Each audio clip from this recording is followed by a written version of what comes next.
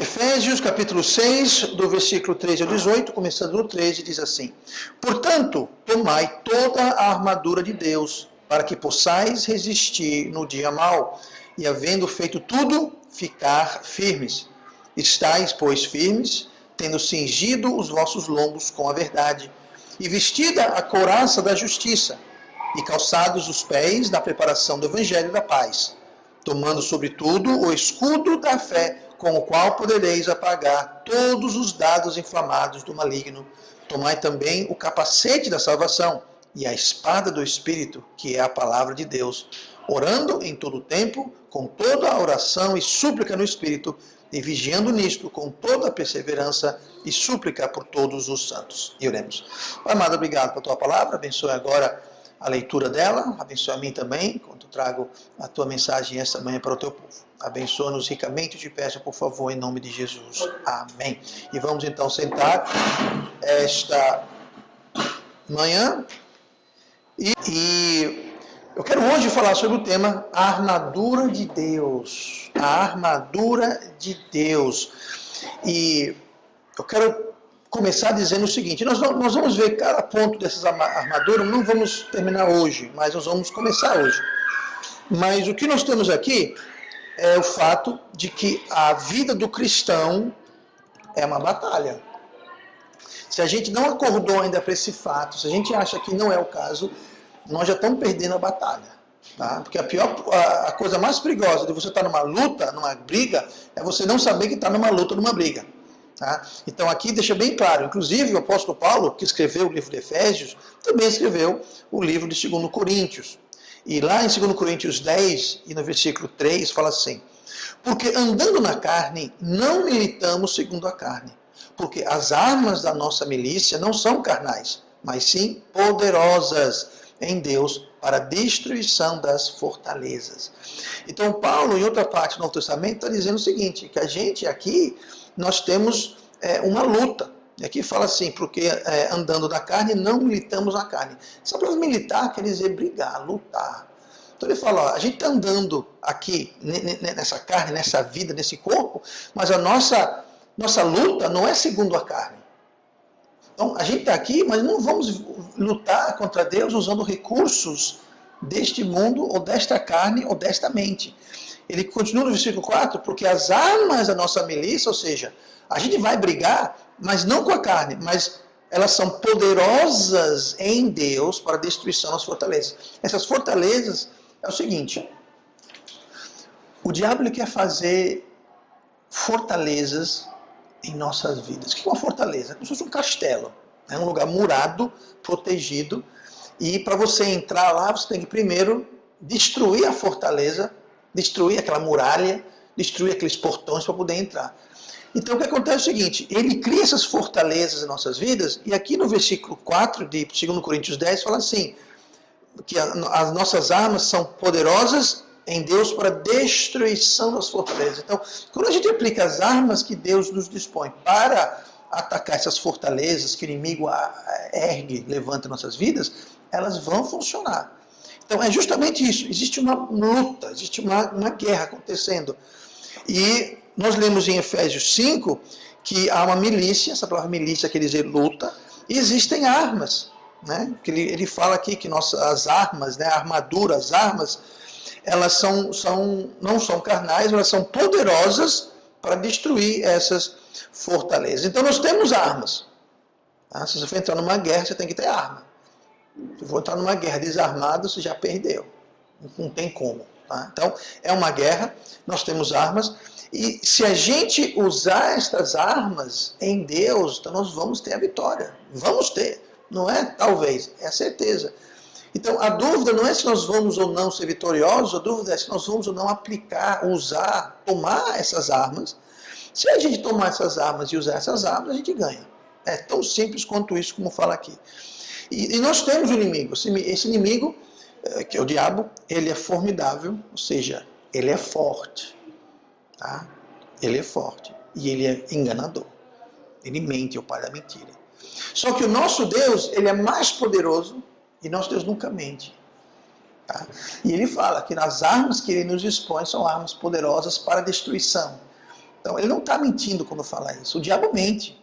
O diabo quer colocar na nossa cabeça o fato de que ele já ganhou, que nós já perdemos, não há nada que a gente possa fazer a respeito. Essa é a grande mentira dele. Mas lembrando que ele é o pai da mentira, ele é um grande enganador. Deus não engana ninguém. Deus está dizendo que nós podemos ter essa vitória. Então, no versículo 13, nós temos as nossas armas. Aqui chama de a armadura de Deus. Essa palavra armadura, ela se refere não a um item, mas a todos os itens que estão disponíveis. Tá? Podemos usar o termo arsenal, tá? Todo equipamento que nós temos disponíveis. E o aviso aqui é o seguinte, no versículo 3 nós lemos: portanto, tomai toda a armadura de Deus para que possais resistir no dia mau. Dia mau está se referindo àquele dia quando o inimigo vai atacar a sua vida, vai vir com tentação, vai vir com tudo, é o dia mau. Então diz aqui, para que possais resistir. Então a primeira coisa é que haverão dias maus, e 2, nós podemos resistir. Tá? Não é quando o diabo mostra a cara, não é para a gente sair correndo, não. É para a gente resistir, é para a gente combater, é para a gente fazer o contra-ataque e não simplesmente sair correndo e desistir. Agora diz assim, ó, para que possais resistir no dia mau e havendo feito tudo. Então, para a gente resistir, nós temos que fazer tudo, não fazer a metade, não fazer uma parte. É fazer tudo. A nossa vitória tem quando a gente pega a armadura de Deus e a gente resiste fazendo tudo. Com que propósito? Vamos lá. A armadura de Deus para que possais resistir no dia mau e, havendo feito tudo, ficar firme. Então a gente pode ficar firme. O inimigo vem atacar, a gente não precisa fugir, a gente pode ficar firme. Resistir e ficar firme. Agora, para a gente resistir e ficar firme, nós temos que fazer tudo. Fazer tudo o quê, pastor? Justamente fazer todo o uso da armadura de Deus, das armas que Deus dispõe para a gente. E quando a gente faz tudo, a gente fica firme. A gente resiste e fica firme. E sabe quem foge? O diabo foge. Ele vai falar assim, submetei-vos a Deus e resistir o diabo, e ele fugirá de vós. O diabo vai fugir da gente. Ele vem atacar. Se a gente ficar firme e fazer tudo da armadura de Deus, o diabo vai fugir. Vai colocar o rabo entre as pernas e vai fugir. Agora, quando a gente não faz tudo, a gente não usa armadura, sabe quem foge? A gente que foge. E o diabo corre atrás da gente. E a gente passa a vida olhando para trás, fugindo, correndo, o diabo só. Então a gente tem que parar, colocar toda a armadura, fazer tudo, resistir, aí quem vai fugir é ele. Não porque ele está com medo da gente, mas ele está com medo da armadura. Quando ele vê o cristão armado com a armadura de Deus, nós vimos sobre o capacete, a espada, o escudo, o calçado. Quando ele vê o crente armado e resistindo, ele foge. O diabo é um covarde, ele foge. Quando ele vê que vai perder, ele foge. Agora, se ele vê o cristão, o crente correndo, sem capacete, sem a espada, sem a couraça, sem nada, aí ele fala, isso daí é fácil. Esse lanche vai ser fácil. Aí ele fica aqui, ó. Agora, quando a gente coloca a armadura e faz tudo, e a gente resiste, aí é ele que corre, é ele que foge. Então nós temos esses recursos aqui, para a gente não ser vítima dos ataques do inimigo. Tá? Temos que ser firmes e fortes, e não ficar naquele vai e vem. A gente faz a metade, faz às vezes, faz quando... Não, tem que fazer e ser constante, que nós temos a vitória garantida. E o resultado é que no dia mau, a gente ganha. Nós temos a vitória sempre. Então vamos ver, começar a ver hoje, não vamos ver tudo, vamos dar um início apenas. Vamos ver aqui quais são essas armaduras, quais são essas armas que nós temos. Então, olha o versículo 14, né, porque no 13 nós temos Paulo explicando, né, aí do 14 em diante ele começa a mostrar uma a uma quais são essas armas e como nós podemos aplicá-las. Então, no versículo 14 fala assim, estai, pois, firmes, tendo cingido os vossos lombos com a verdade. Então, o primeiro item aqui no nosso arsenal, nossa armadura, é a verdade. Agora fala assim, ó, tendo cingido os vossos lombos. A primeira arma que Deus dispõe para a gente é a verdade. Não é interessante? A verdade. João 8,32, Jesus falou assim, ó, conhecereis a verdade e a verdade vos libertará. Então, o primeiro item na armadura de Deus é que Deus nos dá a verdade. A verdade vai libertar a gente. Então, a primeira verdade é a gente não se envolver com mentira, engano, falsidade, hipocrisia. Porque tudo isso é justamente o oposto da verdade. A palavra hipocrisia é uma palavra traduzida de hipócritos, ou upócritos, em grego. Upócritos é a palavra grega para ator. O ator que faz teatro, cinema, televisão, novela, pronto. Se você vai na Grécia, você fala, qual é a sua profissão? Ah, eu sou um ator. Eu sou um hipócritos. É justamente isso. Ou seja, é um ator que vive um papel que não é ele. Quando você vê um filme, uma novela, uma peça, um teatro, aquela pessoa que está ali fazendo o papel de, seja lá quem for, não é a vida real daquele ator, né? Daquela atriz. Ele está ali fazendo o papel de outra pessoa, vivendo uma outra vida, digamos assim. Hipocrisia é isso. Hipocrisia nada mais é do que eu querer viver uma vida que não é quem eu realmente sou. Então eu quero parecer ser algo que na verdade eu sei que eu não sou. É hipocrisia. Você quer parecer bonzinho quando você não é bonzinho. Você quer parecer honesto quando você não é honesto. Você quer parecer uma coisa que você não é. Você está enganando. Né? E convenhamos, um bom ator é aquele ator que convence a gente. Né? A gente assiste o filme, assiste uma peça e a gente fica, realmente, esse cara aí, ele me convenceu. Eu realmente pensei que ele era aquilo que ele estava dizendo. Tá? Ou seja, no palco, na tela, tudo bem, mas na vida do dia a dia, hipocrisia não é bom, porque é mentira, é engano. Então a gente não quer dizer, a gente não quer se envolver com mentira, engano, falsidade, tá? Em todos os seus aspectos, em tudo aquilo que leva para ele. Então, a mentira e o engano, eles prometem muito, mas entregam muito pouco. É igual o diabo promete toda coisa maravilhosa, mas não entrega nada. Só tem promessas vazias, promessas enganosas. Então nós temos que ter muito cuidado, porque a verdade não só liberta, né? A verdade vos libertará, a verdade não só liberta, mas a verdade nos equipa, nos arma para a batalha que nós estamos. Então quando a gente vive uma vida de mentira, hipocrisia, falsidade, engano, nós estamos nos desarmando. E nossa luta é contra o diabo. Então a primeira coisa que o diabo, para a mentira, o mestre enganador, a primeira coisa que ele vai querer fazer vai ser tirar a verdade da sua vida. E ele é um mestre nisso. Jesus falou que ele é o pai da mentira. Então a primeira coisa que ele vai atacar, e aqui a primeira coisa na nossa lista de armas, é a verdade. Porque sem a verdade, a gente está desarmado. Então veja, Jesus falou aqui em João 8,32, conhecereis a verdade e a verdade vos libertará. O que seria libertará? Você imagina entrar numa briga amarrado.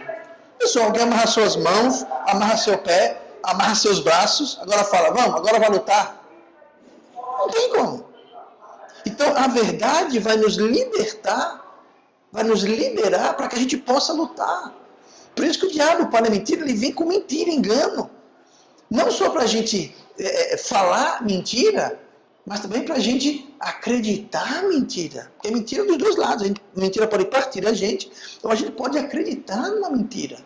Acreditar no que é falso. Acreditar no que é engano. Acreditar no que é hipocrisia. Tá? E tem tem gente por aí se passando por algo que não é. E eu não estou falando no mundo não, estou falando dentro de igrejas. Quem é que já ouviu falar aquela história? Todo crente é hipócrita, todo crente é... Não vou dizer todo crente é assim, mas sabe uma coisa? Tem muito crente, ou muita gente que se diz ser crente, que realmente é hipócrita, é mentiroso, é fofoqueiro, é invejoso, Então o que acontece? Não só as pessoas estão vivendo, mas tem muita gente acreditando. Tem muita gente acreditando. Eu vou dar um exemplo aqui, não quero que ninguém fique chocado, mas tem muitas igrejas por aí, e os líderes dessas igrejas se autodenominam apóstolos. Tá? Não vou mencionar o nome de uma igreja, não precisa disso, mas sabe quantos apóstolos existem no mundo hoje? 0. Sabe quantos apóstolos existiram na história da Bíblia? 12. Nunca teve um 13º apóstolo. Tá? Ah, pastor, mas é um fulano que... Bom, ele pode se chamar do que quiser. É que eu digo. A pessoa não só está mentindo, enganando, mas tem muita gente que está engolindo. Tem gente que diz, não, aquele é um apóstolo. O que ele falar é porque ele é apóstolo. Sabe o que estão fazendo? Estão se amarrando para a batalha. Estão se desarmando para a batalha. Já estão perdendo. Por quê? Porque estão acreditando uma mentira, estão acreditando uma coisa que não é verdade. Então nós temos que ter cuidado, não para a gente sermos mentirosos e enganadores, mas também para não a gente engolir a mentira e o engano. Por isso que é tão importante, e a primeira coisa na lista, estáis, pois, firmes. Como você fica firme? Tendo cingido os vossos lombos com a verdade. Então nós temos que cingir os lombos com a verdade. Agora, o que existe cingir os lombos? Bom, o lombo é uma parte que começa mais ou menos aqui, tá? Na metade do tronco, e vai até mais ou menos a metade da coxa. Tá? Seria o lombo, isso que é a parte que se refere ao lombo. E antigamente, um soldado, ele usava uma peça, uma espécie de uma couraça, que ia daqui até aqui, para proteger. Certo? Então, quando for que cingir nos vossos ombros, vamos dizendo, você vista, você coloca, cingir, quer dizer, colocar, vestir os vossos lombos com a verdade. É interessante que essa parte cobre os rins. E no Velho Testamento, o rim representava a nossa alma, o nosso espírito. Então ele fala, você tem que usar a verdade para cingir, você tem que vestir a verdade. Usar a verdade, porque isso vai proteger. E era nessa couraça, nesse cingimento, por exemplo, que eles colocavam facas, espadas e outras coisas. Ou seja, era esse cingir que permitia que o soldado usasse as outras armas. Sem esse cingimento, as outras armas ficariam inutilizáveis. Ou seja, a verdade é a base de tudo. Tanto que fala, estai, pois, firmes. Esse firme está falando sobre o alicerce. Sabe como essa parede está firme? É porque tem um alicerce. Sem um alicerce, qualquer parede, qualquer casa, qualquer prédio desmorona. Jesus falou que edificai sobre a sua casa sobre a rocha, não sobre a areia. Porque se fazer sobre a areia, ou seja, sem alicerce, quando vir o vento, a chuva e a água, vai cair. Então, para a gente ficar firme, nós temos que ter a verdade. A verdade é o alicerce. Se você não tem verdade, tudo o resto vai ser inútil. Se você não cingir os vossos lombos com a verdade, a espada, a couraça, o escudo, nada vai adiantar, vai ser inútil. Você tem que começar com a verdade, que é muito importante. E é o primeiro item na lista, porque é o mais importante. Tá? Uma espécie de um cinto, né, de couro, que ele começa aqui e vem até aqui mais ou menos, e é lá que você coloca todos os seus apetrechos. Muito bem. Continuando ainda no versículo 14, nós vemos a primeira coisa que é a verdade, a segunda coisa é a justiça. Estai, pois, firmes, tendo cingido os vossos lombos com a verdade e vestida a couraça da justiça. A couraça. Essa couraça é como se fosse uma armadura. Podia ser de metal, podia ser de um couro bem grosso. E esse couro, ele protegia você de flechas, de facadas, do ataque. Então, o que vai nos proteger, sabe o que é? É a couraça da justiça. O que seria a couraça da justiça? Quando a Bíblia fala sobre justiça, aqui nesse caso, está falando sobre a nossa justiça. Agora entenda, a Bíblia fala que a nossa justiça são como os trapos de imundícia. Mas essa justiça não é justiça de eu sou bom. Não, porque nós não somos bons. Nem eu, nem você, ninguém é bom. Tá? Só Deus é bom. Essa justiça está falando sobre as coisas corretas e certas que nós fazemos. Então, quando nós temos a verdade, em cima da verdade vem o quê? Vem a gente viver a verdade. A gente fazer o que é certo. E quando a gente faz o que é certo, nós estamos nos protegendo. A melhor proteção que nós podemos ter é fazer o que é certo. Deixar de fazer o que é errado.